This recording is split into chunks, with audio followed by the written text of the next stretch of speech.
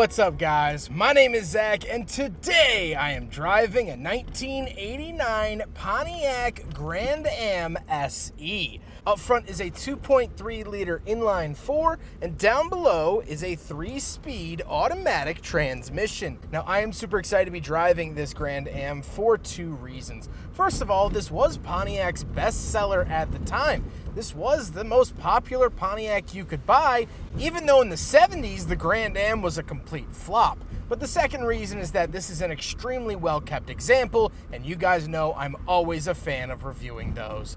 But if you would like to submit your own vehicle, you can head on over to my website, zackpradel.com/submit.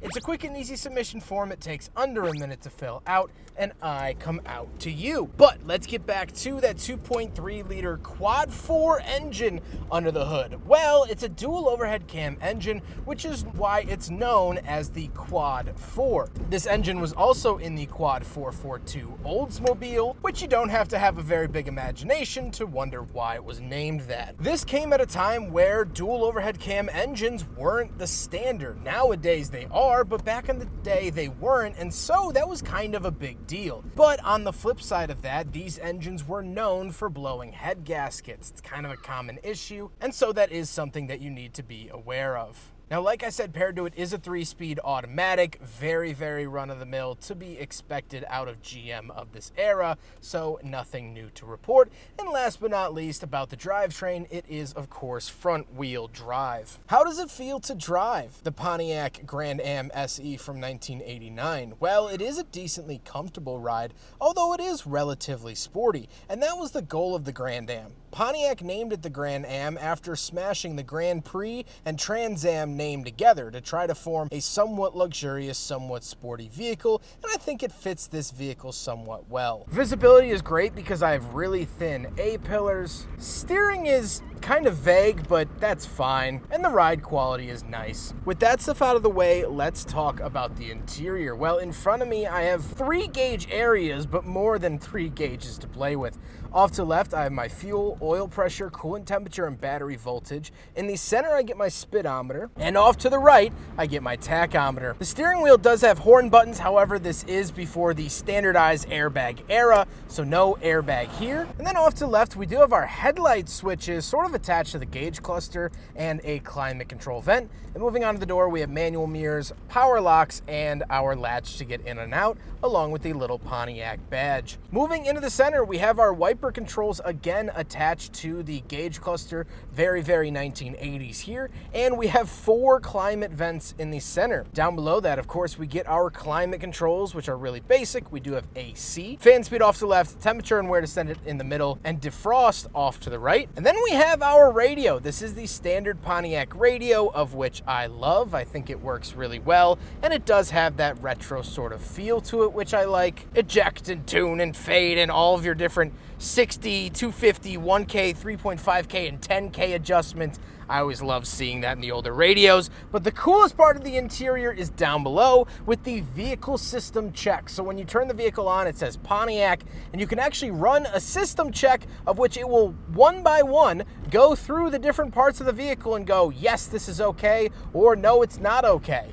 Now, today, the vehicle is in perfect working order, so I don't have any failures to show you, but I think this is a really, really cool feature and just shows you the sort of space-age design philosophy that was going on in the late 1980s and early 1990s. To the right of that, we do have a cigarette lighter, and then we have the shifter. Pretty standard push-button, chunky plastic shifter from GM, not writing any new stories here today. Then we have our power window switches in the center. Odd placement here, but I've also driven a Pontiac Sunbird, and it had them in the same spot, so nothing new there. And then we do get a cup holder / ashtray. This is a really interesting way of doing it. You could open up one side or the other, and it's either an ashtray or it opens up the cup holder.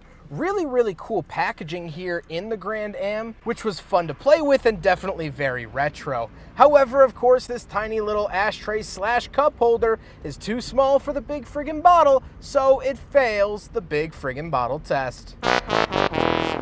Then we have an armrest and the seats. The seats, of course, are very, very comfortable. GM seats are absolutely awesome in this era. No matter the car size or stature, they got amazing comfortable seats, and that's no different here in the Grand Am. However, speaking of seats, we do have back seats, so let's go do a back seat review. All right, getting in the back of the Grand Am, not hard at all.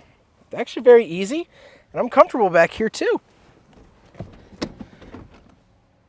Yeah, I could sit back here on a road trip pretty happily. And that's always been one of the nice things about GMs. Even when they are coupes, they normally have pretty good back seats in this era. I'm not saying modern ones, get in the back of a Chevy Cobalt and you're gonna wanna jump off a roof. But in the 80s, N bodies, G bodies, pretty good.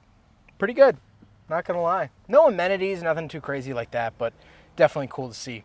Let's hop into the trunk. We'll take a quick look at that, and then we'll take a look at the looks. Take a look at the looks. We'll look at the looks. Right around the back of the Grand Am, circle key for the trunk. You guys know square key for the ignition. Pop it up just like that, and it is car show ready. What's kind of interesting is that this is sort of pre the era where they would cut it down and have a bigger opening so you didn't have to lift things up as high. This is still the older style of lifting up and over to get into the trunk as opposed to sort of inward. So kind of interesting there, but like I said, nothing too crazy to write home about. There it is. Now we gotta talk about the looks, and I love the look of this Grand Am. Again, very boxy, but you can see where it was starting to sort of loosen up around the edges, and I mean that quite literally because they started to round them off. Now it still does have that N-body classic shape, especially that rear window, that hard cut rear window. Very, very 80s slash really 70s. But again, you could start to see where the curves were starting to come in. With all of that being said, let's get on to my final thoughts. What do I think driving a Pontiac Grand Am from 1989? Well, of course, this is a really cool part of GM's history, and I'm always one to want to share that with you. I've also driven a Grand Prix from 1989, funny enough, from the same owner, Spencer. And so you can tell where the Grand Prix was a little bit more luxury. This is a little bit more sporty, but then again, you look at that rear window and this seems more luxury. Defining the two vehicles is actually kind of hard. And to me, I would say, oh, that's a big misstep from Pontiac. Your product should be very individual.